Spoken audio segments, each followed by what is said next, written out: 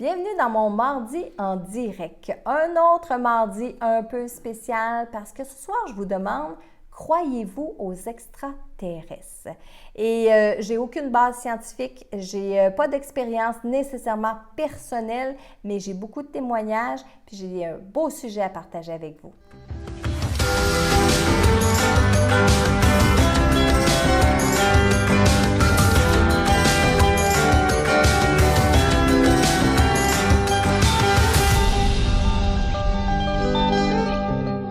Bonsoir tout le monde et bienvenue à mon direct un peu particulier parce que ce soir, on va parler des extraterrestres.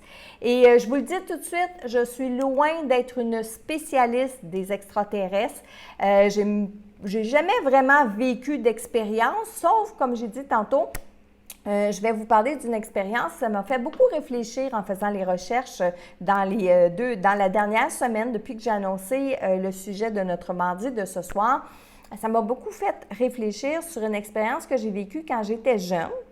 Une autre expérience que je vais vous raconter, c'est une expérience, c'est pas moi qui l'ai vécue, mais c'est une personne qui s'est confiée à moi, une personne proche qui s'est confiée à moi. Je vais vous partager ça, mais je vais vous partager aussi le fruit de mes recherches. Donc, ceux qui viennent de se joindre à nous, autant sur Facebook que sur YouTube, je dois répéter, ce soir, on a un tirage à faire, donc on va faire un tirage un peu plus tard dans notre direct. Et aussi, c'est le dernier sprint pour vous abonner au Club des 12 parce que ça ferme le 31 janvier à minuit. Sinon, ça va aller à l'année prochaine pour vous inscrire.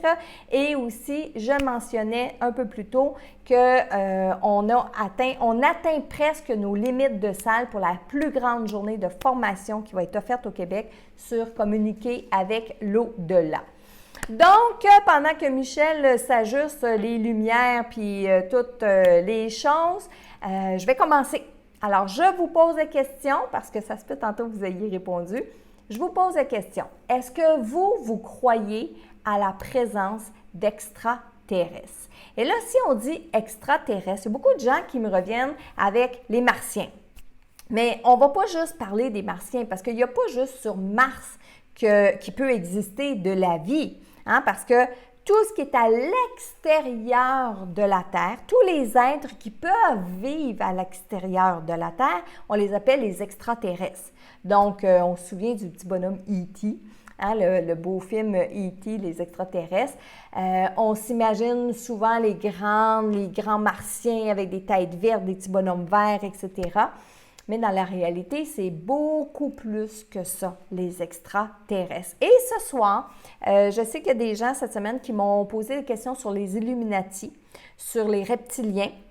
Ça, je vais consacrer un autre direct pour ces êtres-là, comme les Atlantes, les Lémuriens, les reptiliens, tout ça. Les intros, j'en glisse un petit mot aujourd'hui. Mais on va revenir parce qu'on n'aura pas assez de notre direct de ce soir pour parler de tout qu'est-ce qu'il y a dans l'univers. Parce que Michel, je lui demandais tantôt s'il croyait aux extraterrestres et on est du même avis tous les deux. On serait bien égoïste, prétentieux de penser qu'on serait les seuls êtres vivants à travers tout l'univers. D'ailleurs, il y a beaucoup de monde qui marque ça aussi, là, exactement. Oui, Et moi, ce qui m'a fascinée, parce qu'avant de faire mes recherches cette semaine, les extraterrestres, c'est un sujet qui, oui, j'en ai déjà entendu parler, je me suis posé des questions, j'écoute quand les gens me racontent leurs histoires, leurs expériences par rapport à ça. Mais moi, Marilyn, personnellement, j'ai jamais vraiment cherché à les contacter. À comprendre le phénomène, à entrer, à vivre cette expérience-là. Pas nécessairement, mais je vous dirais que depuis une semaine que je nage beaucoup dans ces sujets-là, mais finalement, c'est hyper intéressant. Puis, ça vient encore plus renforcer l'idée de penser qu'on serait fou de croire qu'on est toute seule d'être vivant, intelligent sur la planète Terre. Pour plusieurs raisons, je vais vous en donner quelques-unes aujourd'hui. Mais souvenez-vous d'une chose, par exemple, parce que dans les recherches que j'ai faites, j'ai écouté des vidéos sur YouTube où je vous en ai mis des liens. Je vais refaire mon travail de publication. Je vais aller remettre les liens tantôt. j'ai écouté quelque chose qui était hyper intéressant sur YouTube. J'ai lu un livre, je suis en train de lire un livre, je vais vous en reparler aussi sur les extraterrestres. Et ce qui me fascine,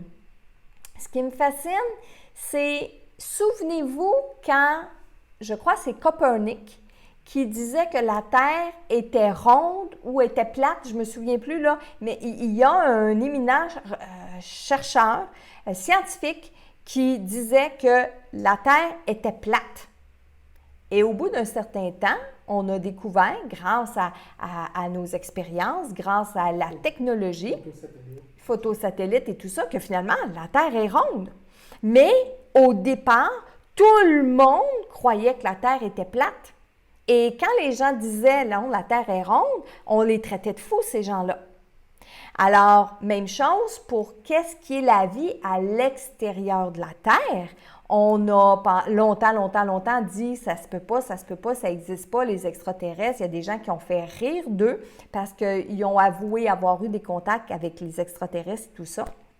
Malgré qu'aujourd'hui, plus on avance, plus ça devient réel, ça devient sérieux. Il y a des astronomes qui découvrent de nouvelles planètes, qui découvrent non seulement des nouvelles planètes, mais qui découvrent tout ce qu'il y a autour de ces nouvelles planètes-là. Alors, si sur la Terre, la planète Terre est une planète qui est habitée, pourquoi il n'y aurait pas d'autres planètes qui sont habitées? Maintenant, on a été capable d'aller sur la Lune, on est capable de faire des voyages là, autour de la Terre, on est capable de voir qu'il y a autre chose. Un jour, on va être capable d'entrer en contact avec ces êtres-là. D'ailleurs, c'est déjà fait. Ça, on ne se le cachera pas, tout le monde le dit. C'est déjà fait. Sauf que pourquoi c'est pas dit au grand jour? Bien, c'est à cause de la panique générale. Et là, je vais vous dire, c'est le physicien Jim Green, qui est un employé de la NASA, qui explique dans une de ses entrevues que les gens, le monde, ne sont pas prêts à entendre ça. Que si par exemple, TVA Nouvelles ou Radio-Canada Nouvelles ou LCN annonçait demain matin qu'il y a des extraterrestres qui sont rendus sur Terre. Puis regardez, on a même de la difficulté à dire, parce que je m'en allais dire, qui ont envahi la Terre. C'est une peur collective et c'est probablement une fausse peur, parce qu'encore une fois, parmi toutes les recherches que j'ai faites cette semaine, il y a beaucoup de scientifiques, puis pas des scientifiques là, de fond de cuisine, beaucoup de gens qui travaillent à la NASA, beaucoup de gens qui travaillent dans des endroits vraiment, dans des laboratoires et tout ça, vont dire que on n'est pas prête à entendre parler des extraterrestres qui sont ici parce qu'on a une peur collective, parce que on s'est fait des peurs, parce que la télévision nous a fait des peurs. Je dis la télévision, mais la société nous a fait des peurs. Donc, apparemment, qu'on n'est pas prête encore, nous les êtres humains, à savoir qu'il y a des extraterrestres qui sont en contact avec nous. Et c'est ça, je m'en allais dire. Il y a des scientifiques qui nous disent aussi que si les extraterrestres avaient voulu nous attaquer avant, bien, ça serait fait. Parce qu'on s'entend qu'on dit des extraterrestres qui sont beaucoup plus évolués que nous et beaucoup plus intelligents que nous. Donc, s'ils voulaient nous attaquer, ça serait fait. Autre chose, parmi les entrevues, parmi les recherches que j'ai faites, il y a eu beaucoup de témoignages. En tout, je vais vous en parler tout de suite. Le livre que je suis en train de lire, c'est le livre de M. Stéphane Alix. Stéphane Alix, on le connaît par le livre qu'il a écrit pour la communication avec les médiums, le TESS. Hein? C'est un journaliste d'enquête, Stéphane Alix. Donc, quand il a décidé d'écrire sur les ovnis, premièrement, il ne s'en allait pas écrire sur ce sujet-là, mais la vie l'a amené là.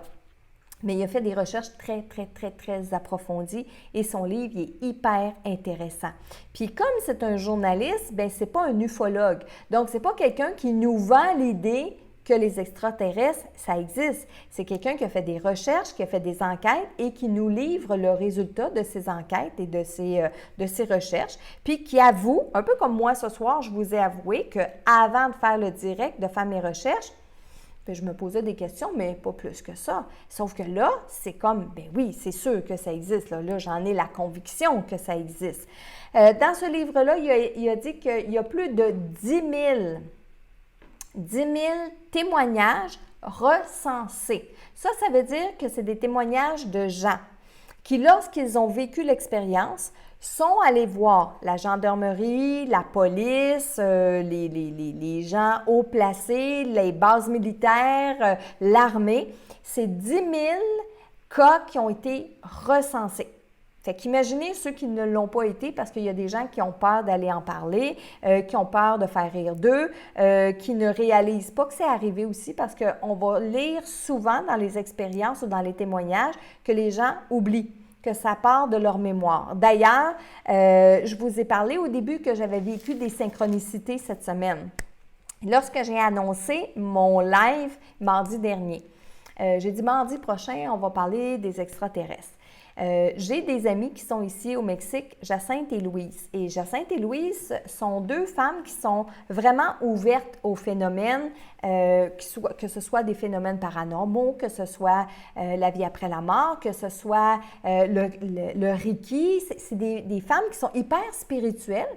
Et avant mardi dernier, Jacinthe m'avait envoyé un article. Elle m'avait dit « Marilyn, tu iras écouter ça, c'est hyper intéressant. » Je n'ai pas lu l'article tout de suite et je n'ai pas écouté la vidéo tout de suite. J'annonce mardi mon prochain direct et je rencontre Jacinthe le lendemain, mercredi.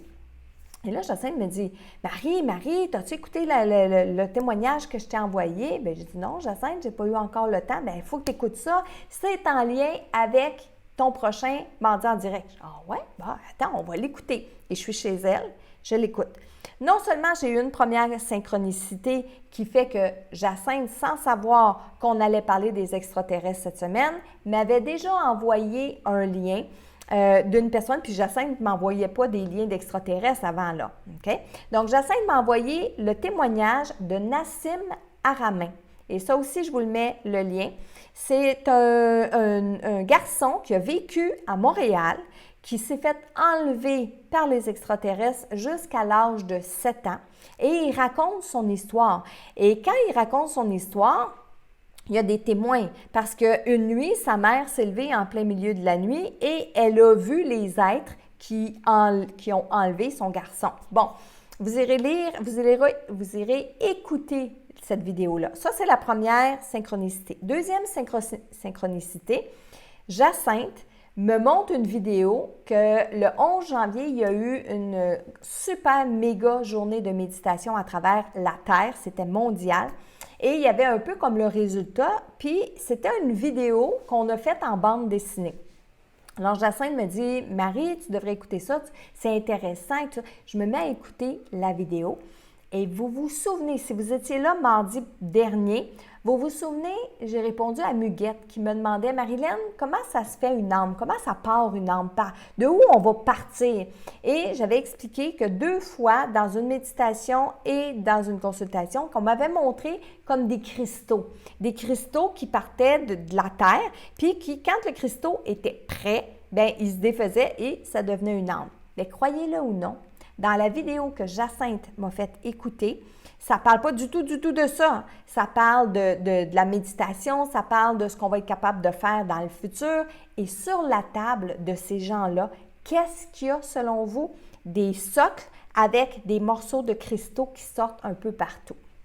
Et là, je ne sais pas si vous savez que je suis une passionnée de tout ce monde-là puis de toutes ces affaires-là, mais même au bout de tant d'années, je baigne là-dedans depuis que je suis toute petite, mais même après tant d'années, là, quand elle m'a montré ça, j'ai fait comme « Ah, wow, mais voyons donc, c'est comme une confirmation de ce que j'ai vu, puis regarde, ça vient le confirmer. » Et là, j'ai l'air d'une petite fille de 5 ans qui est dans un magasin de jouets, mais c'est comme ça. Vivre des synchronicités, c'est comme ça.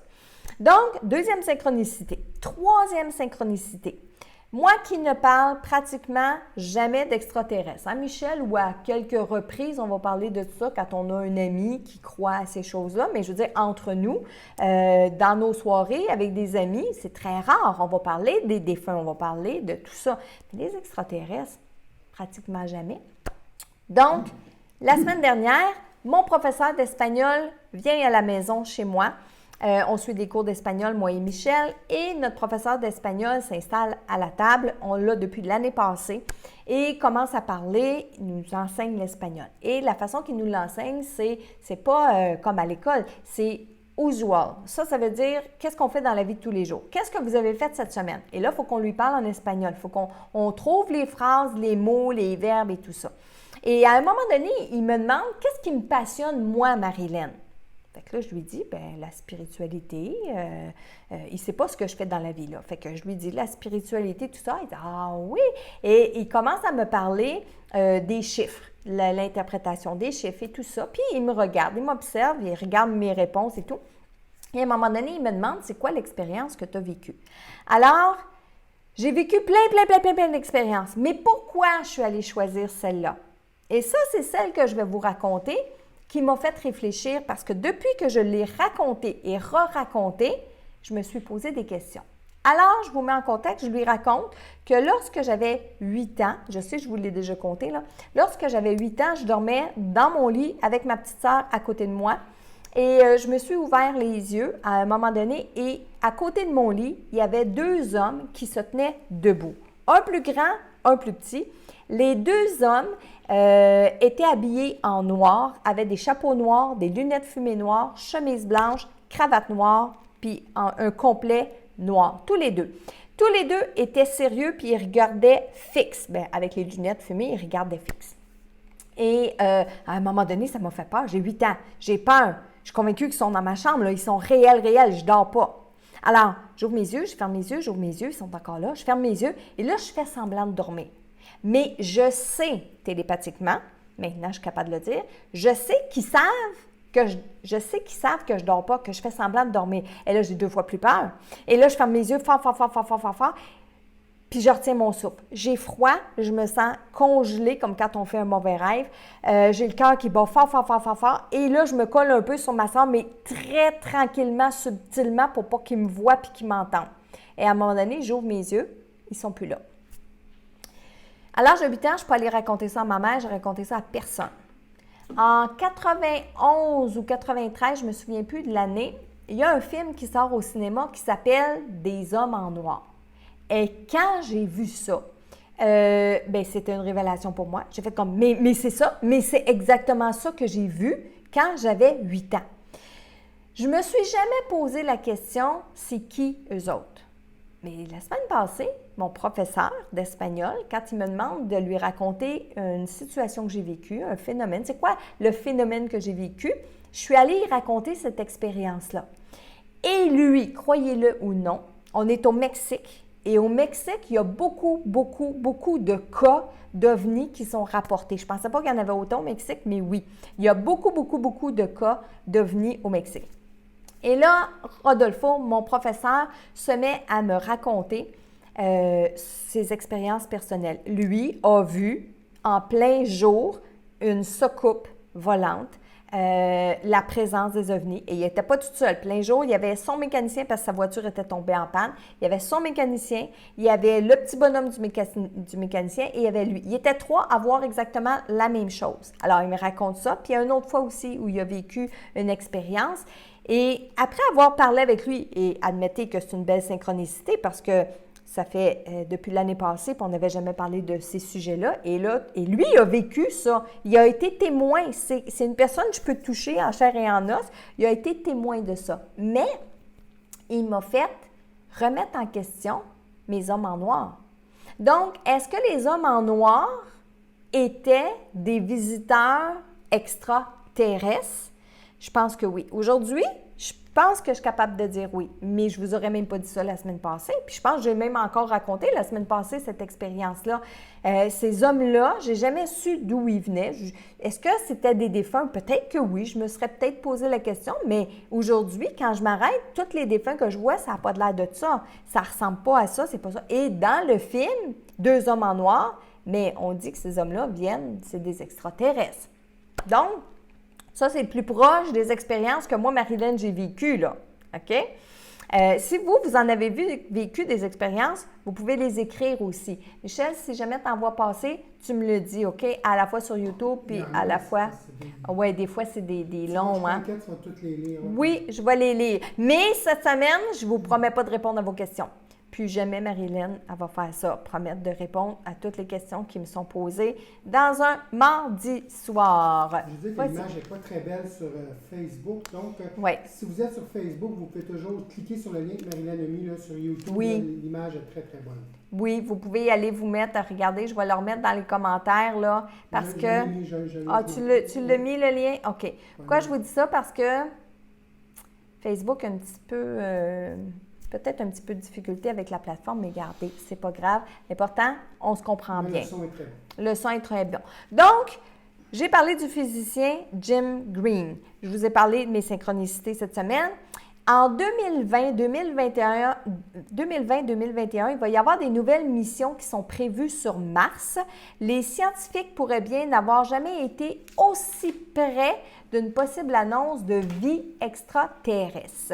Et les scientifiques, ils cherchent à trouver des échantillons qui récoltent la présence de micro-organismes et les espoirs sont basés sur les différents signes qui montrent qu'il pourrait y avoir de l'eau ou qu'il y a déjà eu de l'eau. Quand j'ai parlé de ça cette semaine, j'en ai discuté avec les gens autour de moi, je me suis dit, OK, ils attendent de voir s'il y a de la présence de l'eau pour dire, s'il y a de la présence de l'eau, il y a de la présence de la vie. Mais nous, les êtres vivants sur Terre, avons besoin d'eau pour vivre. Mais qui nous dit que dans les autres galaxies, dans les autres univers, ils ont aussi besoin d'eau et ils ont aussi besoin d'oxygène? Peut-être qu'ils n'ont pas besoin. Peut-être que c'est ce qui fait que les extraterrestres ne sont pas encore 100% avec nous autres. Peut-être que c'est la raison pour laquelle, peut-être qu'ils ne sont pas capables de s'adapter à l'oxygène, à l'eau, etc. On peut se poser mille et une questions, hein? Donc, il y a des histoires que j'ai trouvées aussi que je vais vous partager.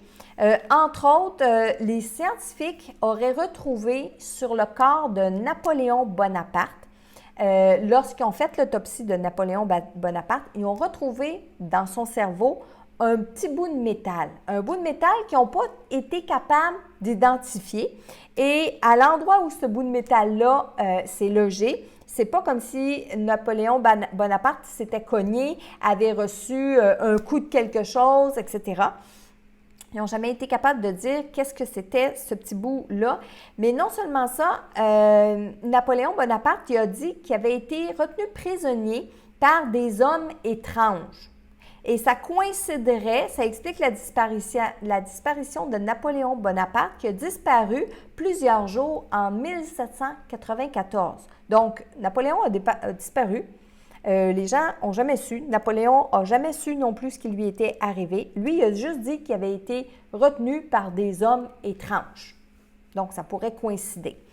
Deuxième histoire, et ça, vous allez être d'accord avec moi parce qu'on en voit beaucoup. On peut voir des dessins de soucoupes volantes sur les hiéroglyphes qu'on a retrouvés dans la vallée du Nil.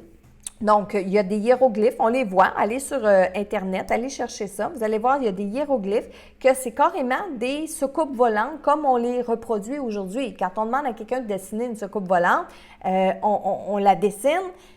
Puis tiens, je viens de penser à ça, là, si on dessine quelque chose, c'est parce qu'on l'a déjà vu, c'est pas juste l'imaginaire. Hein? Donc, la soucoupe volante, il y a des hiéroglyphes qui ont des soucoupes volantes, des dessins de soucoupes volantes. Ensuite, c'est arrivé aussi à plusieurs reprises que des avions ont évité de justesse des ovnis. Et ça, dans le livre de Stéphane Alix, c'est hyper intéressant. Il en parle. Il y a vraiment des témoignages de pilotes. De pilotes de chasse qui faisaient des exercices. Puis pendant qu'ils faisaient les exercices, bien, ils ont croisé des objets volants non identifiés, des ovnis. Il y a beaucoup d'astronautes. Je vous ai mis dans la première publication un lien. C'est 6 astronautes qui parlent maintenant de ce qu'ils ont vu. Et ce qui m'a frappé, puis encore une fois, allez voir les vidéos, beaucoup d'astronautes se sont fait dire de ne pas parler de ça, de ne pas parler de ce qu'ils ont vu. D'ailleurs, lors de la mission Apollo 11, il y a des astronautes qui auraient vu, lors de la mission sur la Lune, un objet non identifié voler à proximité de leur localisation. Quand ils ont demandé ici sur la Terre, est-ce que vous êtes capable d'identifier que tel engin est près de nous? Tout le monde sur la Terre disait non, il n'est pas près de vous, il est vraiment, vraiment loin. Donc, eux voyaient quelque chose près d'eux. Il y a plusieurs astronomes puis autres scientifiques aujourd'hui encore qui essaient d'entrer en contact avec des êtres d'une autre galaxie, d'un autre univers grâce aux ondes radio. Ça, c'est pour les extraterrestres. Donc, le lien vidéo que je vous ai mis, le livre de Stéphane Alix. Maintenant, je vais vous raconter une histoire personnelle. C'est pas moi qui l'ai vécu, mais c'est une bonne cliente à moi, qu'à l'époque que je faisais de la consultation. Ça, je vous parle de ça il y a peut-être à peu près 10 ans, peut-être 8-10 ans. Mon téléphone sonne, c'est une bonne cliente, donc je prends l'appel et elle s'appelle, je vais nommer un nom fictif, là, Sylvie. Sylvie me parle au téléphone et elle me dit « Marilyn, je ne peux pas parler de ça à tout le monde. Il m'est arrivé quelque chose hier au soir et il faut que je raconte à quelqu'un et Marilyn, il faut que tu m'aides. Il faut que tu m'aides, il faut que tu m'aides. » Bon, Sylvie, OK, qu'est-ce qui est arrivé? Je vais essayer de vous faire l'histoire courte. Sylvie, elle est à la maison chez elle avec son mari et sa fille qui est adolescente. Son garçon, qui n'habite pas avec eux, vient leur rendre visite. Ils sont toutes les quatre dans la maison. Ils soupent ensemble, ils sont en train de jaser. Belle soirée, tout va bien. Le garçon décide de rester couché à la maison. Il va aller se coucher sur le divan. Tout le monde monte se coucher. Sylvie monte se coucher avec son conjoint. Sa fille s'en va dans sa chambre et son garçon dort sur le divan en bas. À un moment donné, en plein milieu de la nuit, Sylvie se lève. Et là, son conjoint pense que Sylvie va aller à la toilette, ce qu'elle fait régulièrement. Donc, il n'en fait pas de cas. Mais au bout d'un certain moment, ça le fatigue de voir qu'elle n'est pas dans le lit. Fait qu'il dit, voyons, il me semble que ça fait un petit bout de temps qu'elle est levée. Fait qu'il se lève, puis qu'elle est descendue en bas. Alors, il se lève, fait le tour de la maison, ne voit pas Sylvie nulle part. Donc, il refait le tour de la maison une deuxième fois, une troisième fois. Et là, il décide de réveiller sa fille et son garçon parce que voyons, ce qui est rendu Sylvie. Puis, quand il est venu pour aller à l'extérieur, le système d'alarme est armé de façon à un système d'alarme qu'on arme quand on est dans la maison, pour quand on est dans l'extérieur. Donc, si on veut sortir à l'extérieur, il faut désarmer le système d'alarme. Et si on veut remettre le système d'alarme, on ne peut pas le remettre à part que si quelqu'un dans la maison va le remettre. Donc, Sylvie n'a pas pu sortir à l'extérieur et remettre le système d'alarme. Donc, Sylvie, disparue. Il est à peu près 4 heures du matin. Alors, tout le monde dans la maison cherche partout, dans les garde-robes, dans les armoires, parce que peut-être que Sylvie a été somnambule puis elle est rentrée dans une armoire puis elle s'est cachée là. C'est possible. Ils font tout le tour de la maison au complet. Rendu à 6 heures le matin, 6 h, 6h30, ils appellent la police. Là, c'est sérieux, Sylvie, elle est disparue, il appelle la police. La police se présente à la maison, commence à poser des questions et là, la police dit à son conjoint, appelez ses amis, appelez la famille, peut-être qu'elle est partie en quelque part et tout ça. Donc, jusqu'à 9 h le matin, il fait des téléphones, on cherche Sylvie, on ne la trouve pas nulle part. Les trois sont assis en bas dans la salle à manger. Le garçon, la fille, le conjoint. Ils sont assis tous les trois à la table, puis ils se mettent la tête dans les deux mains, puis ils disent « Qu'est-ce qu'on va faire? Mais voyons où c'est qu'il est rendu. » Ils entendent du bruit au 2e étage. Donc, le mari se monte en haut, et comme il arrive à l'étage, il aperçoit dans la chambre de sa fille, Sylvie, sa femme, couchée tout nue dans le lit de sa fille. Pas dans son lit à elle, dans le lit de sa fille, elle est tout nue. Donc, Sylvie est en train de se réveiller, elle ne comprend pas ce qu'elle fait là, elle ne comprend pas ce qu'elle fait tout nu, elle ne comprend pas qu'il est 9 h le matin et elle ne se souvient pas de s'être levée pour aller aux toilettes. Donc, c'est l'hystérie totale, elle sait pas, ils ne savent pas, personne ne sait ce qui est arrivé, personne ne sait d'où elle arrive, d'où elle est revenue comme ça et qu'est-ce qui est arrivé. Donc, quand elle m'a appelée, c'était pour me demander si j'étais capable de faire une régression sous hypnose pour qu'elle soit capable de se rappeler Qu'est-ce qui s'est passé? Parce que pour elle, c'est hyper important. Alors, j'ai fait comme, ben Sylvie, je ne suis pas outillée pour faire une régression de ce genre-là, mais attends, je connais quelqu'un d'important qui a une école d'hypnose et j'appelle cette personne-là. Et lorsque cette personne-là m'a répondu au téléphone, j'ai commencé à lui expliquer l'histoire. Il m'a dit, OK, Marilyn, OK, arrête, parle pas de ça au téléphone. En ce moment, on a quelques cas de recensés comme ça. Alors, tu vas m'envoyer ta patiente immédiatement et tu ne parles pas de ça. Tu ne parles pas de ça au téléphone, tu ne parles pas de ça. On est en train de travailler sur un dossier. Alors, j'ai référé Sylvie à cette personne-là, Sylvie qui est allée consulter cette personne-là. Je n'ai pas eu de feedback. J'ai recroisé Sylvie à quelques reprises. Jamais elle m'a reparlé de ça. Donc, qu'est-ce qui est arrivé? Je ne peux pas vous le dire. Mais qu'elle soit disparue de la maison sans être sortie à l'extérieur de quelconque façon que ce soit, que les gens les aient chercher tout partout puis que comme ça, elle réapparaît, bien, il s'est passé quelque chose d'inexpliqué. Est-ce que c'est un cas d'extraterrestre? Selon le téléphone que j'ai fait, ça semble être oui, mais je n'ai jamais eu la confirmation. Donc, pour moi, ça, c'est une expérience la plus près que j'ai vécue, à part cette semaine quand mon professeur m'a raconté que lui-même avait été témoin de ça. C'est les expériences les plus près que moi, Marilyn, j'ai vécues. Donc, ce soir, on peut parler d'extraterrestres, mais je ne peux pas vous dire oui, c'est vrai, non, c'est pas vrai, ou telle chose. Mais attention de ne pas confondre, par exemple, des sorties de corps, des voyages astrales, des portes temporelles, tout ça, de ne pas confondre ça ce soir avec les extraterrestres. Ça, c'est une petite parenthèse.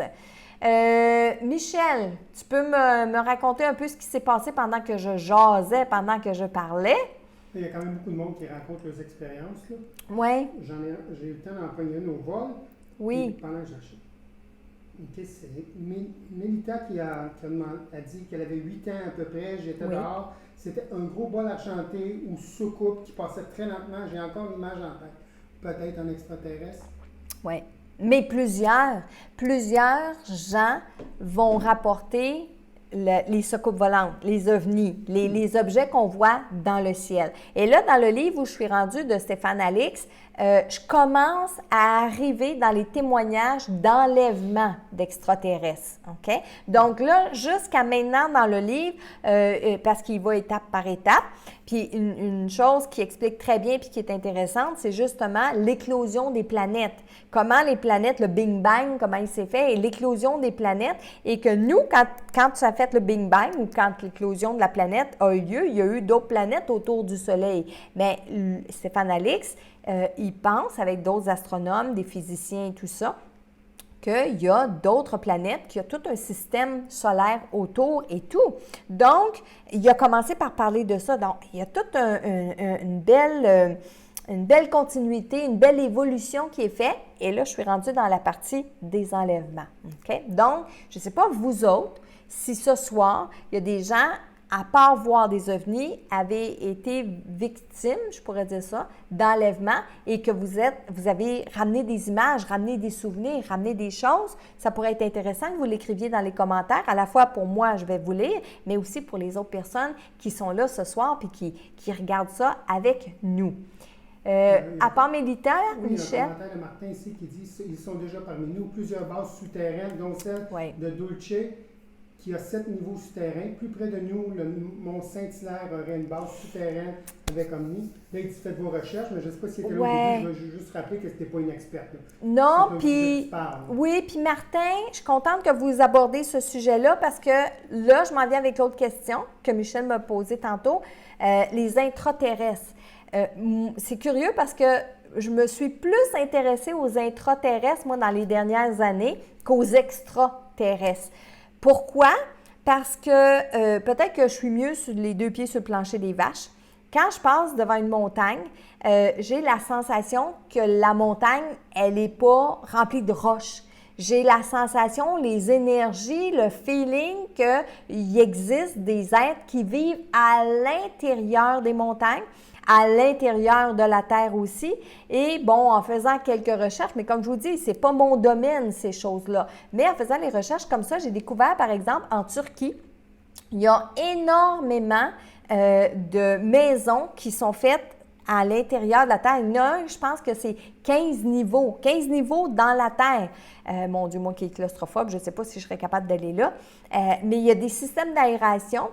On dit là que je pense que c'est dans les années 1700 que ça a été construit. Et les systèmes d'aération qu'il y a là-dedans sont meilleurs que les nôtres aujourd'hui. Puis d'ailleurs, quand on pense aux pyramides d'Égypte, ça a été mentionné une couple de fois. Il y a plusieurs choses qui ont été faites que l'homme d'aujourd'hui n'est même pas capable de reproduire. Et les hommes de cette époque-là étaient beaucoup moins outillés que nous, puis il n'y avait pas la technologie qu'on a, nous, aujourd'hui. Donc, comment ils peuvent avoir fait? Il y a tellement de choses intéressantes à aller voir sur ces sujets-là. Vas-y, Michel. Bien, c'est ça, il y a des choses hyper intéressantes, comme on parlait des pyramides, là, ça fait quelques fois qu'on en parle entre nous ici, les amis, et tout ça, et ça arrive, là, les mesures, les grandeurs, quand on mesure la pyramide de Gizeh, je crois, elle fait un pli parfait, là, 3,1416, etc.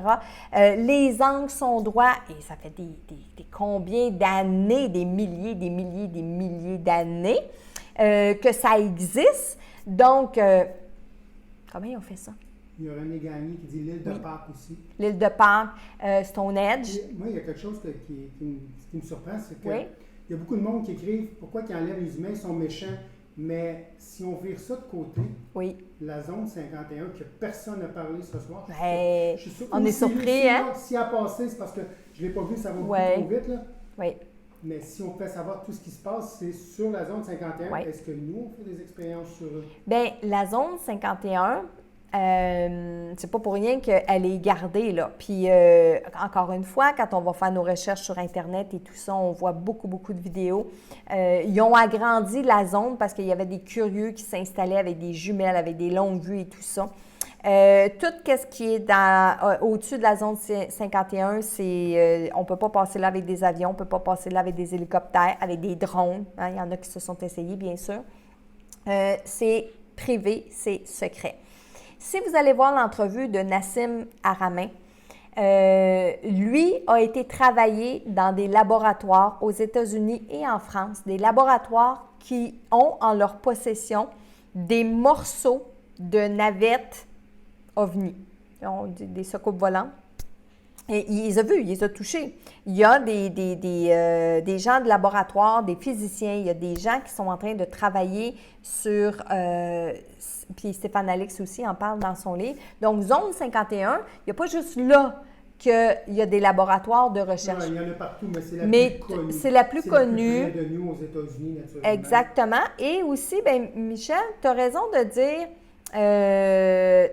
en fait, ce que j'ai lu, moi, c'est que les extraterrestres nous laissent évoluer parce qu'on n'est pas assez évolué et ils nous laissent, nous, travailler dans notre monde. Exemple, on nous a dit que les extraterrestres ne viendraient pas ici sur la Terre tant qu'il y aurait des guerres. Et que c'est la société, que c'est la culture qui nous ont toujours fait des peurs avec les extraterrestres, comme quoi qu'on allait être enlevés, comme quoi on allait faire des expériences sur nous autres, etc. Je ne vous dis pas qu'ils n'en font pas des expériences, mais est-ce qu'ils sont méchants? Je ne penserais pas. Mais c'est peut-être comme tu dis, sur la Terre, peut-être qu'il y a des physiciens qui font des choses pas le fun avec les extraterrestres. Qu'est-ce qu'on peut se faire aussi? Exactement. C'est Martin qui disait aussi qu'il y avait déjà des extraterrestres parmi nous. Ouais. Moi, je le crois. Je le crois totalement. Comme il y a des extraterrestres, comme il y a des reptiliens, comme il y a des Illuminati, comme il y a des anges.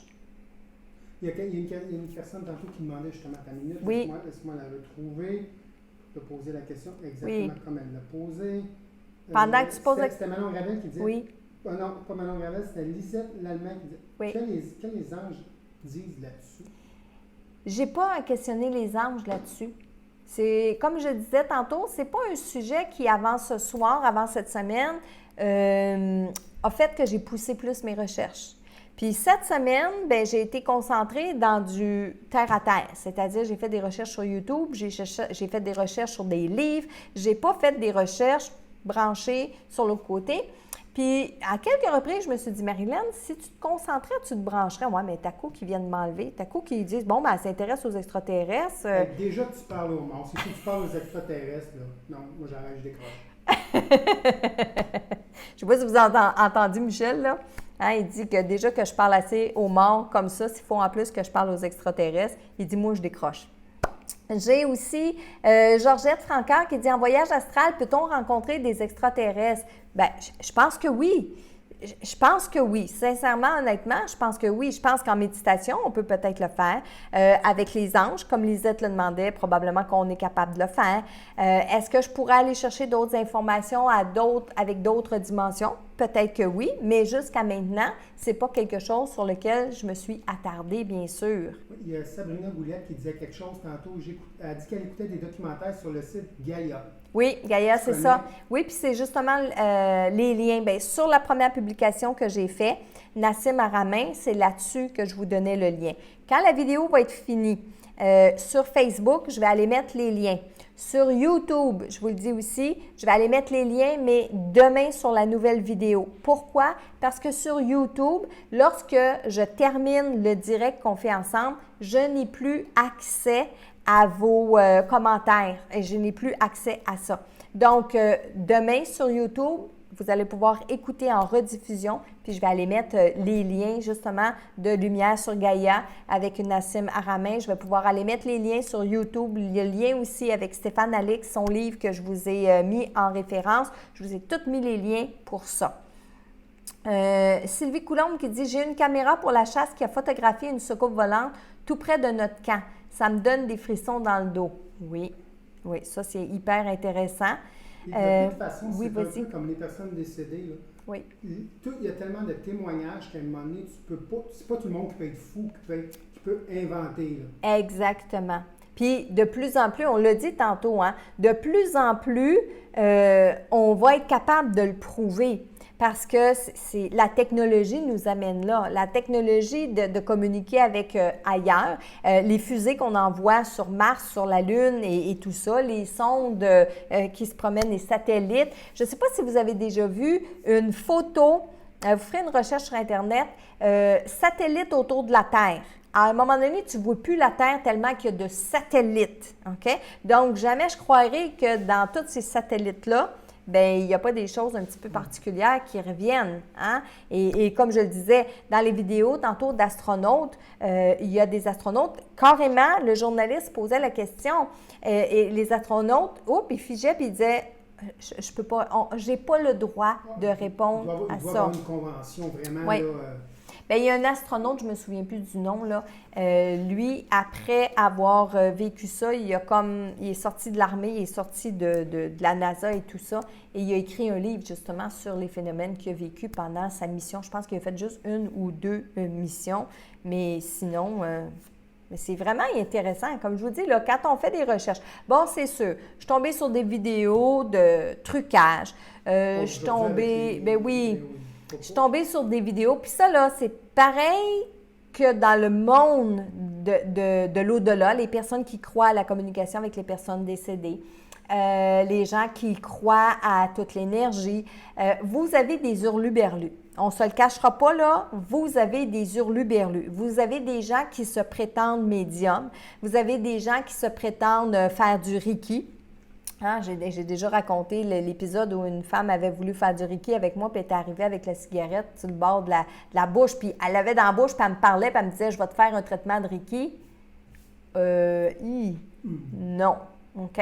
Donc, et alors, oui, en faisant vos recherches, il y a des sites qui sont un petit peu tirés par les cheveux, c'est sûr et certain. Mais ça n'enlève pas la crédibilité à certaines autres personnes qui font des enquêtes, un peu comme Stéphane Alix, comme Nassim Haramein. Puis même, je vous dirais, l'épisode que j'ai écouté, l'entrevue, elle est faite avec Richard Glenn. Et Richard Glenn, c'est quelqu'un de qui on s'est moqué longtemps, et pourtant, cet homme-là est encore debout, est encore dans ses croyances, fait le tour du monde avec ses croyances et ses convictions. Moi, j'admire cet homme-là. Je ne vais pas le suivre, c'est pas comment on dit ça, c'est pas compatible avec moi, c'est pas compatible, peut-être sa façon d'être, mais cette personne-là, chapeau de se tenir encore debout aujourd'hui après tout le ridicule qu'on lui a attribué. Puis si vous allez écouter l'entrevue qu'il a faite avec Nassim Haramein, c'est professionnel, je vais le dire comme ça. OK? Il y a Elisabeth qui dit de regarder une vidéo de Denis Dorion. Je ne sais pas si ça dit quelque chose. Oui, ça me dit quelque chose. Il voyage en astral et il parle des extraterrestres. Denis Dorion, il y a Jacques Vallée aussi. C'est des personnes, des noms que j'ai retenus, que j'ai vus. C'est pas des gens que je suis, c'est pas des gens que je connais, mais c'est des noms que j'ai vus à plusieurs reprises, autant dans le livre de Stéphane Alix que dans les recherches que j'ai faites sur Internet. Là, je vais vous parler de deux saviez-vous que, parce que je les ai trouvés intéressants. Attendez une seconde. Je les ai enlevés à cause du disque dur tantôt, mais je me souviens, je vais le remettre sur mon Facebook cette semaine. Il y a une ambassadrice qui a été nommée, c'est une Malaisienne. Elle a été nommée dans un poste à l'ONU, les Nations Unies. Il y a un poste qui a été créé comme une ambassadrice des extraterrestres. Elle, son travail, c'est d'attendre l'arrivée des extraterrestres et de servir d'intermédiaire entre ce peuple-là et nous, les Terriens. Ça existe. Ils ont créé un poste aux Nations Unies. Elle s'appelle Mazlan Otterman, si je me souviens bien. Et c'est un poste qui a été créé. Et là, je vous parle juste d'un endroit. Là. Peut-être qu'au Québec, ça existe. Peut-être qu'au Québec, on a un poste comme ça. Il y a des ufologues au Québec et tout ça. Alors, peut-être que ça existe même au Québec. Celle sur laquelle je suis tombée dans mes recherches, bien, c'était aux Nations Unies. Et l'autre, saviez-vous que, parce que là, j'en fais deux, c'est aux États-Unis. Ça, je sais, je vous l'avais déjà dit. Aux États-Unis, il se vend des assurances. Vous pouvez vous procurer une assurance en cas d'enlèvement extraterrestre. Depuis 1987, ils ont vendu au-dessus de 20 000 polices d'assurance. Donc, au-dessus de 20 000 personnes qui ont acheté une police d'assurance qui fait que si vous êtes enlevé par les extraterrestres et que vous êtes capable de le prouver, c'est-à-dire que vous revenez, vous avez des photos, vous avez des marques, vous avez des témoins, vous avez tout ça, bien, l'assurance va vous payer. Il y en a que c'est jusqu'à 1 million, 2 millions, 3 millions. Donc, vous pouvez vous procurer une assurance d'enlèvement d'extraterrestres. Imaginez, là. Puis c'est sérieux, là. C'est des vraies compagnies aux États-Unis.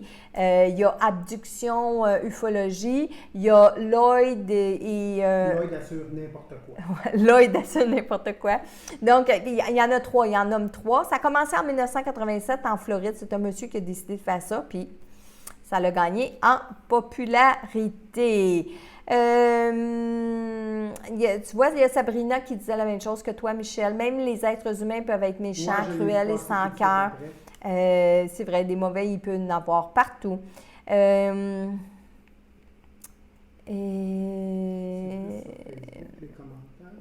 Oui, il y en a beaucoup. Il y en a sur Facebook. Il y en a aussi sur... Tu vois, sur YouTube, j'ai Denise, mes réflexions, oui, dommage qu'on ne l'ait pas laissé s'exprimer. On aurait pu peut-être apprendre quelque chose. Non, c'est quelqu'un qui disait des commentaires, puis... Ah, OK, parfait. Oui, ici, c'est des commentaires qui ne sont pas gentils. Non, il n'y avait rien de pas gentil. C'est juste que j'ai juste dit que le chat était pour toi. Ah, OK. C'était pas si le monde veut, ben qu'ils sauvent des chaînes. Ah, OK, je comprends, oui. Mais oui. Mais c'était pas méchant. C'était pas méchant, non. C'est très intéressant aussi. Là. Oui. Julie Turcotte, c'est une question. Si notre âme a choisi nos expériences, est-ce que tu penses que notre âme choisit de vivre l'expérience de l'enlèvement, autre expérience du genre? Je sais pas, Julie. Je sais pas. C'est une grande question. Peut-être que oui. Peut-être que oui. Peut-être que quand on est entre deux mondes, dans les autres dimensions, on a peut-être déjà accès avec les extraterrestres. Peut-être qu'on communique déjà avec eux quand on est dans l'entre-deux-vies. Jusqu'à maintenant, les communications que j'ai eues avec les défunts, ça ne m'a jamais amené à la présence d'extraterrestres. Tout comme, puis ça c'est dans mes messages de l'au-delà que je mets sur YouTube, il y a une personne que j'ai canalisée qui a parlé de Dieu. Et il y a quelqu'un qui a posé comme commentaire, c'est vrai Marilyn, toi quand tu canalises les défunts, jamais ils parlent de Dieu. bien, jamais ou presque, ils vont parler de Dieu. Mais est-ce que c'est parce que j'attire pas ce genre de discussion-là? Ça se peut très bien. Hein? Si moi, je ne le cherche pas sur Terre, peut-être que j'attire pas des gens. On attire à nous ce qu'on vibre. Alors moi, j'attire les défunts qui ont besoin de venir donner des messages tout simples à leurs personnes vivantes. C'est ça que j'attire. Ça ne dit pas que je ne peux pas aller communiquer avec autre chose ou des gens plus évolués, mais les gens pour qui je transmets les messages, mais c'est des gens qui ont encore besoin de leur papa, leur maman, etc. Donc, c'est ça. Tu as Patrick Giroux qui dit qu'il s'est réveillé, semi-réveillé, 3 personnes près de son lit, visage extraterrestre, regard très froid. Oui, c'est vrai. Moi, je me souviens, bien, malgré qu'il y avait des lunettes fumées, mais le visage, c'était froid, c'était dur, c'était pas souriant, c'était pas... non. C'était pas le fun. Puis pour que je m'en souvienne que c'est arrivé à l'âge de 8 ans, puis que je suis capable de vous les dessiner aujourd'hui, c'est parce que c'est un rêve qui nous marque. Bien, pas un rêve parce que c'est pas un rêve, mais un événement, un phénomène qui nous marque beaucoup. Les personnes enlevées qu'ils ne retrouvent jamais. Marie-Lison Bourdage. Marie-Lison, ça, c'est quelque chose aussi qui m'intrigue beaucoup. Et permettez-moi de vous nommer Victoria Charlton. Sur YouTube. C'est une jeune fille du Québec qui vit au Mexique 6 mois par année. Qui rapporte énormément de cas de disparition. Allez sur sa chaîne YouTube, c'est un vrai petit bijou, cette fille-là. Victoria Charlton, sur les cas de disparition. Je n'ai pas écouté ses vidéos sur le paranormal et tout ça parce que les quelques fois où j'ai commencé à écouter, j'aimais moins que ce qui était dit, mais bon, sur le côté des disparitions, c'est juste wow. Et il y a des cas de disparition qui sont vraiment particulières, de gens qui disparaissent et ils arrivent sur un terrain, puis pouf, ils ne sont plus là, puis ils ne peuvent pas être ailleurs. Okay? Un cas aussi que je me souviens d'une femme qui est partie avec son chien en voiture en plein hiver et on voit les traces de la voiture s'arrêter sur la rue, puis pas de traces à l'extérieur de la voiture. Et quand la voiture s'est arrêtée, elle est arrêtée dans la neige qui était déjà tombée. Donc, si la femme était sortie de sa voiture avec son chien en plus, il y aurait eu des traces dans la neige. Aucune trace dans la neige, la voiture est là. Des cas un petit peu particuliers comme ça, oui. Puis ça, je le croirais. Je le croirais, Marie-Lison, qu'il y a des personnes qui sont enlevées, qui disparaissent parce qu'ils ont été enlevés, parce qu'on ne peut pas expliquer le phénomène de la disparition. OK? Ça, j'y crois. Ça, c'est personnel, mais j'y crois. Ensuite, qu'est-ce qu'on a d'autre, Michel? Il y a Chantal Gaudreau qui dit « Ils ne sont pas très gentils parce qu'ils ne nous demandent pas si on est d'accord de se faire examiner de tout notre corps. » Je ne sais pas, Chantal, si vous avez vécu l'expérience ou si c'est une opinion que vous apportez. Il y a Lynn Juteau qui dit « Pas sûr les assurances, mais ça existe vraiment. » Ah oui, faites vos recherches sur Internet, là. Ce que je vous dis, c'est vraiment vrai. Puis, il y a plusieurs. Si vous ouvrez une page Internet, vous allez écrire « Assurance vie contre les extraterrestres », vous allez voir, c'est plusieurs pages. Puis, allez là-dessus, c'est des vraies compagnies qui vous prennent, qui vous chargent vraiment un prix. Ils font de l'argent, en tout cas, parce qu'ils n'ont pas payé personne. Non, ils n'ont pas payé personne à date. Tu vois? Ensuite, qu'est-ce qu'on a d'autre? Oui, c'était Francine Bond qui dit « J'ai rencontré Richard Glenn ». C'était une émission ésotériste expérimentale. Oui. Oui, puis c'est de valeur parce que c'était... Imagine, il y avait une ouverture dans ce temps-là. Mais c'est ça, remonte 20 ans en arrière, le monde n'était pas prêt à ça. Non, le monde n'était pas prêt à ça, hein. Je pense que oui, qu'ils existent, mais je n'ai jamais vécu d'expérience qui le prouve. Ça, c'est Madeleine Gagnon. Et on est plusieurs dans ce cas-là. Bon, il y a aussi Christiane qui dit, par exemple, les personnes qui ont vécu des expériences avec les extraterrestres, c'est pas de bonnes expériences, c'est des enlèvements. Mais il faut dire, Christiane, que je sais pas, j'ai pas fini de lire les témoignages de gens qui ont été enlevés par des extraterrestres, mais peut-être que ces gens-là, on dit le mot « enlever » parce que ça fait peur, parce qu'on ne se souvient pas et tout ça, mais le premier témoignage que j'ai lu, les gens sont allés par eux-mêmes, par curiosité, sont allés vers la soucoupe volante, donc ils n'ont pas été enlevés nécessairement. Peut-être qu'il y a un accord entre l'âme et la personne puis les extraterrestres quand ils demandent à faire des expériences. Je pense pas qu'il faut tout mettre sur le côté négatif parce qu'il y a des gens qui oublient, ça se peut. Puis je dis pas non plus que c'est tout positif puis etc. Parce que je vous l'ai dit, j'ai pas l'expérience dans ce cas-là. OK? Il y a Louise Rousseau sur YouTube qui dit oui. Allez lire Dolores Cannon, son livre Les Gardiens, super bien fait avec des gens sous hypnose spéciale qu'elle avait développée. Ah, ça peut être bon, ça. Puis il y a Elisabeth aussi qui dit, d'après ce que dit Denis Dorion, il a déjà dialogué avec des extraterrestres et il dit aussi que certains vivent déjà parmi nous. OK. J'ai Guy Tap aussi qui nous dit des fois, quand je me regarde dans le miroir en me levant, j'ai l'air d'un alien, mais ça ne dure pas longtemps. Guy qui fait un petit peu de sens de l'humour, mais c'est correct aussi. C'est correct aussi. Il faut rester... faut rester ouvert. Faut rester terre à terre. Terre à terre, Michel fait des jeux de mots. Faut rester terre à terre. Faut rester ouvert. Moi, je pense que ce soir, la discussion, moi, je trouvais ça intéressant parce que je trouve que c'est un sujet intéressant. Puis, je le partage avec vous, pareil comme si j'étais assise dans ma cuisine avec mes amis Louis, Jacinthe, Bob, Réna et tout ça. Et qu'on était assis ensemble, puis qu'on se disait, toi, là, crois-tu à ça? Parce que dans notre groupe, il y a Bob qui croit énormément à ça. J'ai Réna qui dit qu'elle ne croit pas, mais pas du tout aux extraterrestres. Pour elle, c'est non, c'est non, c'est non, c'est non. Michel qui croit, mais un peu comme les personnes décédées, il croit parce qu'il voit des témoignages, il croit parce qu'il pense qu'on ne peut pas être juste tout seul ici sur la Terre, mais il y a un peu plus de misère parce que lui, il n'a jamais vécu ça. Indifférent. J'ai Louise puis Jacinthe que quand on parle sur ces sujets-là, ben on n'est plus arrêtable puis ça peut durer des heures et des heures. Donc, on a différentes opinions, tout le monde. Michel, je vais te demander ton aide parce que j'ai fait un concours il y a quelques semaines, il y a 2 semaines de ça. Concours qui vous demandait de partager une vidéo, écrire le nom d'une personne, etc. Qu'est-ce que vous aimeriez gagner et tout. Et là, je te demanderais de faire le tirage pour que ce soit neutre. Fait que Michel, vas-y. Parfait. Nous, notre prochain rendez-vous, c'est mardi prochain, le 4 février à 20h. Et notre sujet, écoutez-le bien, qu'avez-vous peur de gagner? D'habitude, on dit qu'avez-vous peur de perdre? Mais la semaine prochaine, on va parler de qu'est-ce que vous avez peur de gagner. Et ça vient, c'est un sujet qui m'a été soumis par Karine Godbout-Desrosiers, qui va d'ailleurs être avec nous la semaine prochaine ici au Mexique. Donc, qu'avez-vous peur de gagner? Ça va être notre prochain sujet.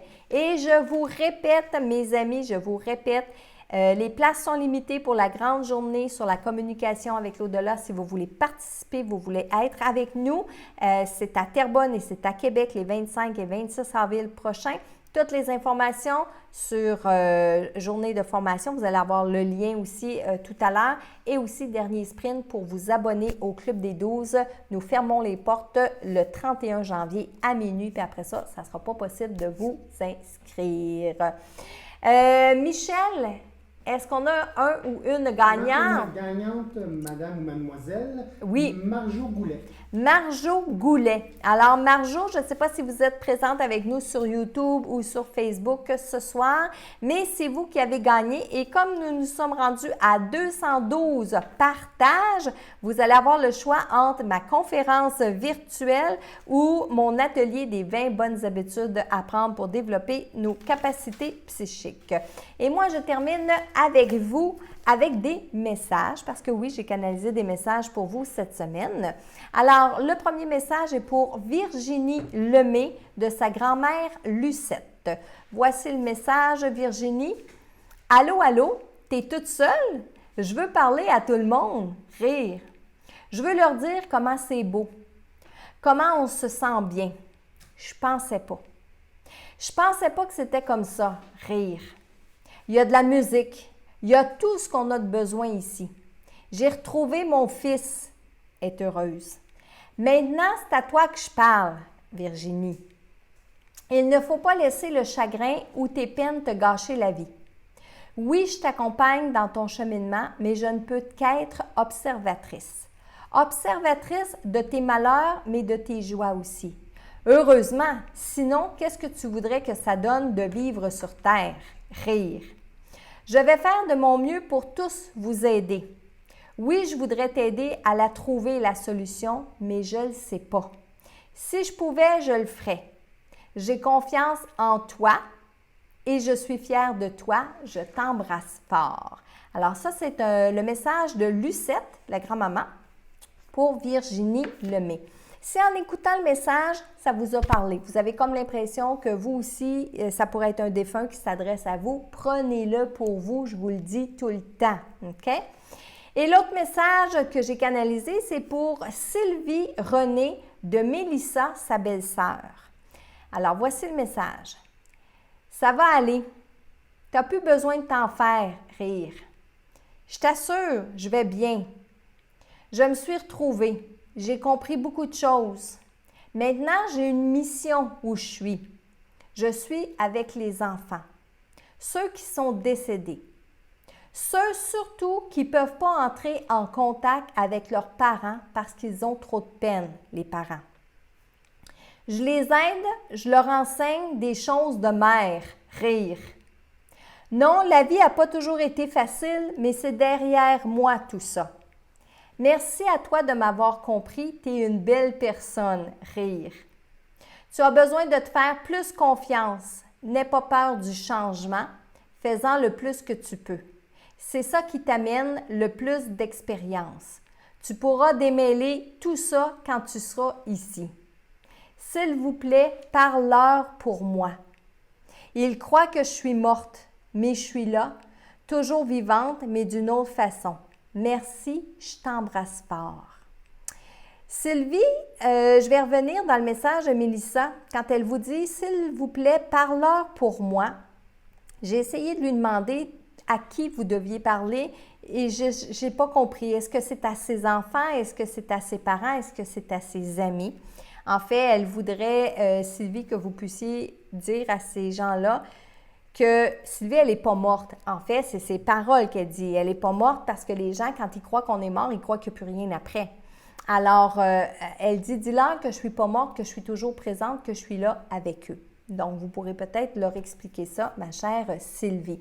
Je ne sais pas si, encore une fois, vous étiez présente avec moi ce soir, mais je vous demanderai de partager les vidéos pour que les messages puissent se rendre à Virginie et Sylvie aussi.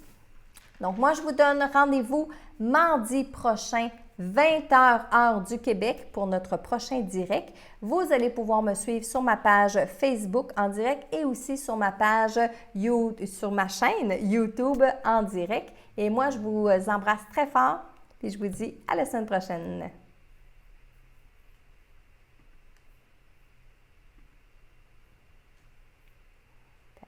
Parfait. Et là, je m'en viens ici sur YouTube.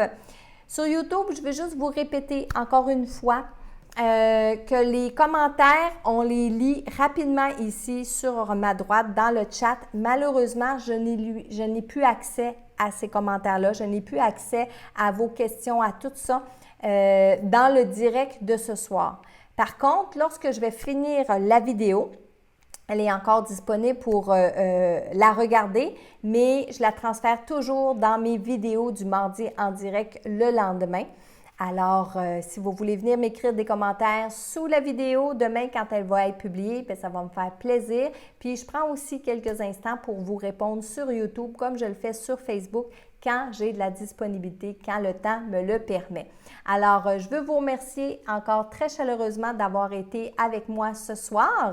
Et si vous êtes sur YouTube, bien, je peux vous inviter à venir sur mes pages Facebook, dont mon groupe Les Intuitifs Inspirés. C'est un groupe qui est sur Facebook, un groupe qui est fermé avec lequel on peut aller partager toutes sortes de choses à l'intérieur du groupe. Alors, merci encore, puis je vous souhaite une belle fin de soirée.